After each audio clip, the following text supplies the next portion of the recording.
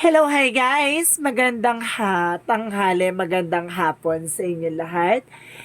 This is Jim Masigari Channel, a faith healer, also mata reader. So ngayong hapon, natatagan natin na nagsabihin sa inyo ng ating mga gabay. This is Archangel Michael messages for the sign of Virgo. So Virgo, welcome to my channel. Ano kayang messages, advices, and spirit guides ang ating masasaga for today's video? Kano naman kayang energy or kaganapan sa buhay ng mga Virgo signs ang ating mahagilap? So guys, this reading is a general reading lamang, hindi lahat makaka-resonate. Kunin lamang po ang makaka-relate sa inyo and comment down below kung kaninong energy ang ating nasagap. And of course, don't forget to like and subscribe my channel and hit the notification bell for more videos update. And of course, maraming salamat po sa mga walang sawang pagsuporta sa aking channel, lalong-lalo na hindi nag-skip ng ads. Naway pagpalain kayo ng Diyos at may kapal, siksik-tiglig nag-uumapaw manimbalik sa inyong biyaya. So guys, kumapit-kapit ka dahil ito namin sa'yo ng ating mga gabay. So, Angel Spirit Messages, bigyan mo ka ng pasabog-bulabog na mensahe para sa mga kapatid nating Virgo, no? At ano kaya ang pinaka-message ni Archangel Michael ang maibibigay sa inyo, no? So, umpisahan na natin. Angel Spirit Guides, Archangel Michael Messages, bigyan mo ka ng information, no? Oh my God. Wow! Oh my God, there's a new beginning and fresh start. So may mga bagay may mga bagay na magsisimula at magkakaroon ng panibagong eksena, no? And of course, sinasabi dito, there's a sense of humor. Some of you may mga bagay na pinagdadaanan kayo. Kumbaga, tinitignan mo pa rin yung lighter side of your situation, no? Kumbaga, may sense of humor. Kumbaga, always think positive, no? And of course, sinasabi din dito, there's a favorable outcome.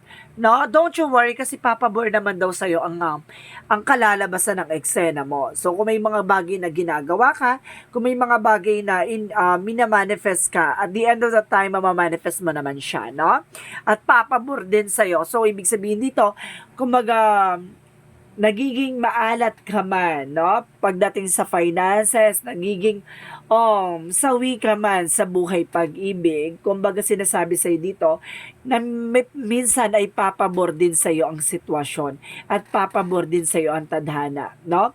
Panatiliing kalmado at panatiling habaan mo ang pasensya ay may mga bagay lang talaga na hindi para sa'yo at may mga bagay na para sa'yo at para sa'yo talaga, no? At mangyayari nawa yan sa takdang panahon at sa takdang oras at sa takdang sitwasyon. So, and of course, you are on the right path. So, ibig sabihin dito, nasa tamang direction ka. Hindi ka naliligaw, no? Napanood mo tong video na to, hindi para palukain ka, kundi para maunawaan mo ang mga bagay-bagay na pinagdadaanan mo ay may ibig sabihin at may kahulugan. So, himay-himayin natin ang pinakamensahe sa'yo ng ating mga gabay. Angel Spirit Messages. Bigyan mo ka ng pasabog-bulabog na mensahe para sa mga kapatid natin Virgo sign. See? And of course, there's an Ace of Cups, no? Kumbaga, minsan talaga, nauuna muna na masaktan tayo, no? Bago tayo makatagpo ng tao magmamahal sa atin ng totoo. At may yung taong talagang tatanggapin tayo kung ano man ang meron tayo. And of course, there's a Four of Cups, Four of Wands, there's a celebration, a wedding. So, ibig sabihin dito, itong tao na itong darating sa buhay mo, kumbaga ito yung magbibigay o magpapatunay sa'yo na ang tunay na pag-ibig. Kumbaga may taong magmamahal sa'yo talaga ng lubos at may magbibigay sa'yo ng kahulugan ng pag-ibig talaga. And of course, sinasabi dito, if either kasama mo na siya or hindi pa, or if you are single mom, single dad, any situation na single anywhere, something ganyan. Kumbaga sinasabi dito na matatagpuan mo siya, no? Matatagpuan mo siya. Kumbaga if you are taken na at may asawa na, no? May mga partner na, so good for you, no? Additional messages. And of course, there's a the sun card. There's a pure positivity. So, ibig sabihin dito, kumbaga panatili mong manatiling positibo sa lahat ng bagay o sa lahat ng sitwasyon. Kasi ito yung sinasabi, diba? Papabor din sa'yo ang eksena. Additional messages. The sound card is parang beautiful and successful, no? And because there's the word card. So, sinasabi na the word card represent trouble, and of course, sa success. Ganun, kumbaga sinasabi sa'yo dito na mukhang ang ganda na magiging pasabog dito. Oh my God! Oh my God, ang ganda. Nanggigigil ako. There's an Ace of Pentacles. So, there's a big opportunities and big money coming in. So, maaaring may mga bago. Ito yung new beginning and fresh start, no? Kumbaga, ito yung bagong simula at bagong pag-asa na darating sa buhay mo na kumbaga makakabili ka na ng bahay, sasakyan o ano man tong material offer na to na magbibigay sa'yo ng wish fulfillment. So, additional messages. And of course, there's oh my God! Ten of Cups, there's a happiness. So, talagang magiging masaya ka talaga dito, no? Kumbaga, ito yung katuparan sa mga pangarap mo. Na sa lahat ng mga sakripisyong naranasan mo, kumbaga, deserve mong maging masaya. 'Di ba? Finances, career, and love life. And health, no, of course. What is the Ace of Cups? And because there's, I told you, di ba, the temperance in the perfect timing and divine timing, no? Kumbaga, in God perfect time, ibibigay sa'yo ni God kung yung mga bagay talagang para sa'yo, no? Kumalmaha lang, hindi mo kailangan magmadali, kailangan mo lang talaga mag-antay. So, what is the Four of Wands? Hindi mo naman pwede antay. Siyempre, kailangan mo rin mag-take ng actions, 'di ba? Kailangan mong libangin yung sarili mo, o magtrabaho, mag-aral, or something, magnegosyo, na alam mong, kumbaga, magbibigay sa'yo ng benepisyo. And of course, there is a Queen of Wands, there is a confidence. So, ibig sabihin dito, kumbaga, magkaroon ka ng confidence sa sarili mo na matutuklasan mo at malalaman mo ang kahalagahan ng eksena. Kumbaga, magkakaroon ka ng, or some of you, there's an homecoming. So, maaaring uuwi ka from the other country or aalis ka, mangingibang bansa ka, magtatrabaho ka, gano'n, or something, vacations, or something, kumbaga, business trip, kumbaga gano'n. So, there's the Sun card. What is the Sun card? There's a Three of Cups. There's a celebration. So, double clarification na may celebration talagang nakalaan sa'yo. So, what is the word card? The word card represent the higher front, a lesson learned, no? May mga bagay lang na kailangan mong matutunan. May mga bagay lang na kailangan mong malaman. May mga bagay lang na kailangan mong, kumbaga, kumawala, no? Sa mga tao sa paligid mo na naghahatak ng negativity or toxicities. Kumbaga, marami kang lesson na dapat mong isang alang-alang, no? So, what is the Ace of Pentacles? So, there's a Page of Swords, information. Now, some of you, if you are nasa social industry ka, like, kumbaga, online selling, or something, nagpo-post ka sa online ng iyong business, or something. Kapag sinasabi sa'yo dito na marami ng, kumbaga, tumitingin-tingin sa product mo. Or either, marami tumitingin-tingin sa'yo by social media, may nag-i-spice, no? Rather, no? May nag-i-stock sa'yo. So, let's see what is the Ten of Cups. There's a Queen of Wands. So, Queen of Pentacles, sorry. There's a practicality. Kumbaga, there's a good sense pagdating sa business or entrepreneur. So, ibig sabihin nito, talagang malakas ang energy na masaya ka sa ginagawa mo or masaya ka sa gagawin mong hakbang or plano. So, what is the Ace of Cups and the Temperance? So, there's a Page of Cups. Now, listen to your intuitions. Listen to your gut feelings. Pananatiliin mong makinig ka sa iyong inner voice, sa mga bagay-bagay na nangyayari sa iyo. Kumbaga, yan na magiging sandata at magiging, kumbaga, sandalan mo. No? What is the Queen of Wands? There's a Strength card. There's a confidence. Double clarification na alisin mo yung takot at pangamba. Strength card is a confident. And because the Queen of Wands is the stability and confident. So, ibig sabihin dito, being independent, kailangan magkaroon ka ng tapang at lakas ng loob, no? Some of you, nawawalan kayo na talaga ng confiance sa sarili nyo. Nagkakaroon kayo ng self-doubt at bumababa talaga yung self-esteem nyo. So, some of you guys, maganda talaga ang energy. So, meron akong yan lang na, kumbaga, konting tip, na? Kumbaga, tips para sa mga na ang magandang, kumbaga, pampaboost ng energy is yung charm na Tiger Eye, no? tiger ay na magbibigay sa iyo ng confident, no? So let's see what is the sun card and the three of cups. And of course, there's a two of pentacles. There's a balance. So, ibig sabihin nito, magiging balanse ka, no? At minsan, kailangan mo mag-unwind or something, kailangan mo kumbaga magliwaliw kahit papano, no? Para maalis yung stress and of course, anxieties and of course, iniisip mo. So, what is the word card in the Hierophant? What is the word on the Hierophant? There's a 10 of Wands. So, there's a lot of burden. No? May mga bagay na pinagdaanan ka dito. No? So, this is the time na para makawala ka na sa sitwasyon na yan. So, bitawan mo yung mga bagay na nagpapabigat sa'yo. At, kumbaga, tumutok ka sa sarili mo at tutukan mo yung sarili mong pangangailangan at sarili mong ikauunlad kasi hindi ka rin naman makakatulong sa iba rather sa iyong family kung hindi ka maganda ang sitwasyon, no? Parehas lang kayong kumbaga hindi ka rin makakatulong, tendency hindi ka rin nila matutulungan, so you need to do something na utulungan mo muna yung sarili mo, paano ka tumulong sa ibang tao, lalo-lalo sa pamilya mo. So what is the Ace of Pentacles and the Page of Swords? And because there's a 7 of Swords, so there, some of you, there's a sneakiness, no? Kumbaga, mag-ingat ka rin, no? Kumbaga, baka mabudol ka or something, ma-online scam ka or something na baka investment scam ka. So, sinasabi dito na kailangan mo mag-ingat, no? Baka, maloko ka lang, no? Then, of course, sinasabi dito, there is a sneakiness. May mga sumusubaybay sa'yo at mayroon sa iyong, kumbaga, nag-i-stalk. So, let's see what is the 10 of Cups and the Queen of Pentacles. There is a 6 of Swords. There's a transition, no? Kumbaga sa dati, malungkot ka, no? Kung dati, kung mga nakaraang araw, nakaraang panahon, nakaraang, kumbaga buwan, no? Nagbigay sa iyo ng burden, no? Kumbaga ito ay magkaunti-unting mararamdaman mo yung kaligayahan at kaluwagan, no? Pagdating sa finances. So, ibig sabihin dito, karugtong ng finances mo ang love life mo, no? Kaya kailangan maging aware ka at maging matalino sa bawat decision mo. So, let's see what is the outcome. There is a tower moment. There is a sudden changes, no? Sinasabi dito na kailangan mong may mabago, no? Kumbaga, there is a destruction and disaster or either there's a build, no? Revealed or something bubuo, no? And of course, parang mayroon din bagay na makakasira.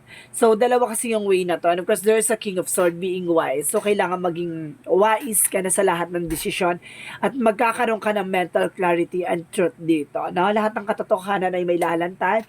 Kumbaga, sinasabi sa'yo dito na alamin mo muna, no, yung isang sitwasyon bago ka mag-take ng action. So, the tower moment is a sudden changes. May pagbabago and shocking news, no? And because there's a magician, there's a manifestation. May mga bagay na unti-unti ka na mamamanifest, no? May mga bagay na unti-unti ka na natutupad at unti-unti na mo nang maisa sa katuparan yung mga pangarap mo. So, let's see what is the Love Oracle card. Alam nyo, sinasabi dito ni Archangel Michael na nasa tamang direksyon ka. Nabasa mo to or napanood mo to, kumbaga, ibinubus ka, no? For your confidence. Nasa tamang direksyon ka na, kumbaga, napapagod ka na, nawawalan ka na ng konfiyansa, kumbaga, even yung paniniwala, no? Na kumbaga, masusolusyonan mo or either, kumbaga, nagkakaroon ka ng doubt na baka yung mga tao makikilala mo, masasaktan ka. Kumbaga, nagkaroon ka na rin ng trust issue, no? Kumbaga, sinasabi sa'yo dito na magtiwala ka. Papabor din sa'yo ang sitwasyon. So, let's see what is the Love Oracle card. What is the Love Oracle card? There's a twin flame. So, there's a yin and yang zen, no? It's either a balance, na magkakaroon ka ng balance dito. At the same time, there's a snake, no? Maging maingat ka palagi kasi, kumbaga, ang Virgo talaga, no? Kumbaga, kaakibat talaga niyan ay mga ahas. So, ibig sabihin dito, kaya kailangan maging aware ka kasi, kumbaga, karamihan talaga sa Virgo ay tinatraidor, no? Kaya mag-ingat po. So, let's see what is the Yin and Yang Oracle card. A Yin and Yang Oracle card represent a guarded vulnerability. Ibig sabihin, dito protectionan mo, no?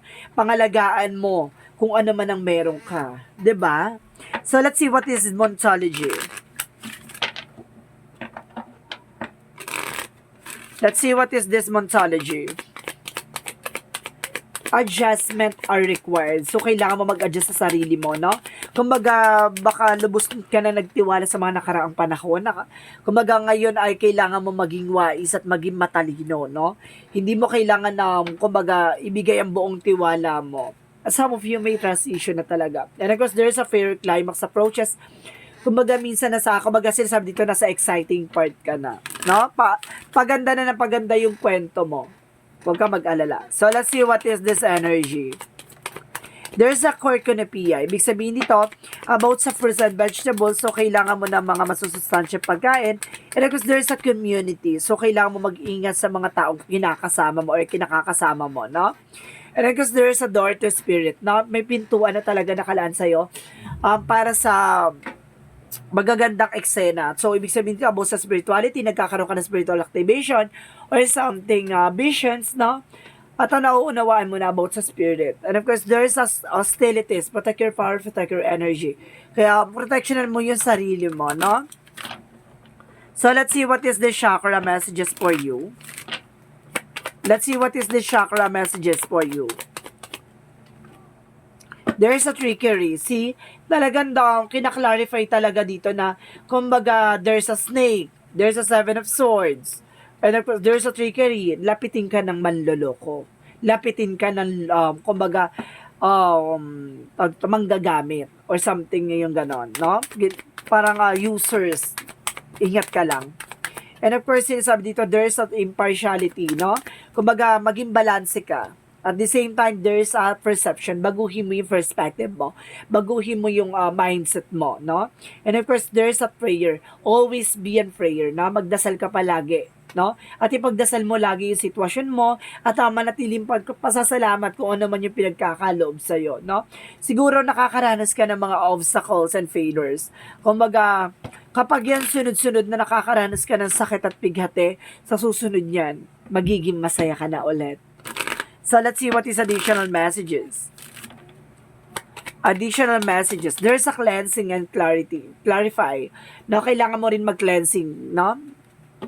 Para ma-release yung negativities.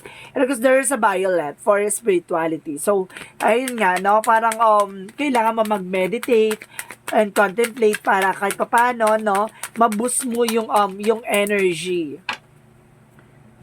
And of course, there's gift. No, you're also a gifted. No, some of you guys kumbaga, there's a gift from the universe. May mga katangian ka rin na ipinagkaloob ng ating poong may kapal.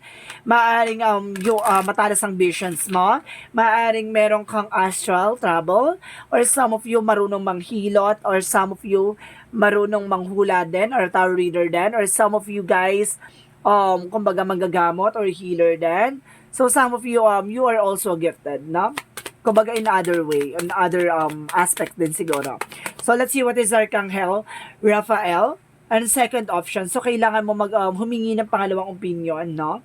Kumbaga may mga bagay kung hindi ka pa nauunawaan, kailangan mo ng pangalawang opinion. So, let's see what is additional messages. And because there's a jump in, say yes to change, no? Dapat handa ka sa pagbabago.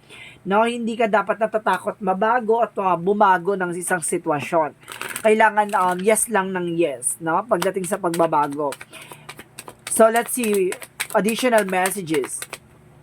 And of course, there is a service. So, some of you guys public servant or something, meron kang services na ginagawa. And of course, there is a friendship. So, some of you kumbaga may taong talaga umiintindi sa lahat ng eksena mo. And of course, may gumagabay din sa yung friend. And of course, there is a success, no? Talaga magtatagumpay ka sa larangan na gusto mo. So, what is additional messages for you? For angel spirit messages.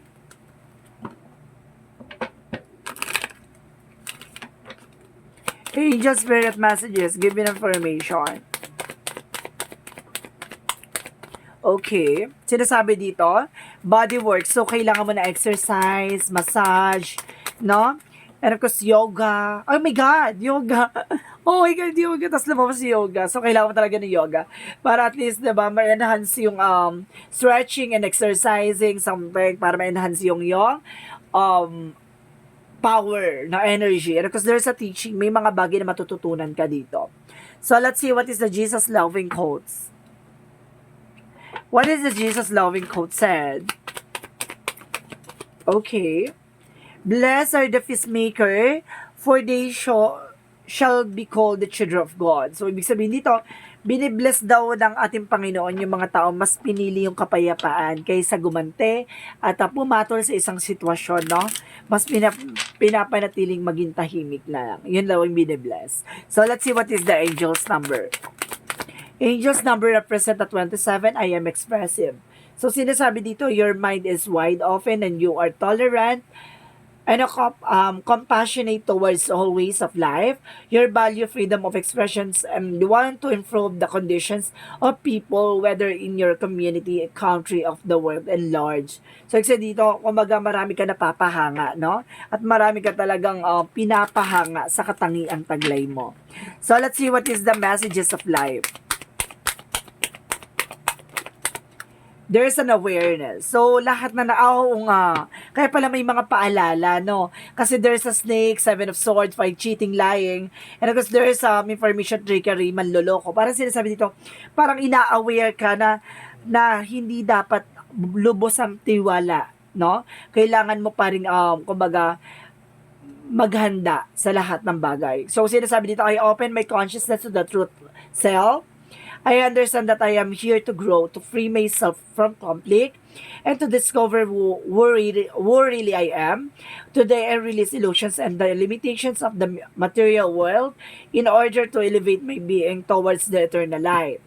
I grow stronger and stronger as I explore the wonderful being that I am. So, yun nga, kumbaga nagiging aware ka at kumbaga natututunan mo na maging maingat at maging handa, no, sa lahat ng posibilidad. Kumbaga, handa ka nang magbago at handa ka nang baguhin ang sitwasyon mo. At handa ka nang maging maingat at maging kumbaga wais at maging matalino sa lahat ng desisyon mo. Na alam mo sa sarili mo na hindi ka naliligaw ng landasin, no? Bagkus binibigay yung tamang daan at binibigay sa iyo yung mga dapat mong matutunan sa susunod na henerasyon, na susunod na sa susunod na tatahaking mong landas, no? Kumbaga there's a purpose of life, there's a journey, kumbaga na kailangan mo dapat matutunan. So, ibig sabihin dito, kumbaga, may sinasabi na nasa tamang direction ka at papabor din sa iyo ang sitwasyon. So, this is Archangel Michael messages for the sign of Virgo. This reading is a general reading lamang, hindi lahat makaka-resonate. Kunin lamang po makaka-relate sa inyo. Comment down below kung kaninong energy ang ating nasagap. Maraming salamat po, guys, sa mga walang sawang pagsuporta sa aking channel, lalong-lalo na hindi nag-escape ng ads, na way pagpalain kayo ng Diyos at may kapal, siksik-tiglig nag-uumapaw manambalik sa inyong biyaya. Maraming salamat po, and see you in the next video. Bye-bye, and babush!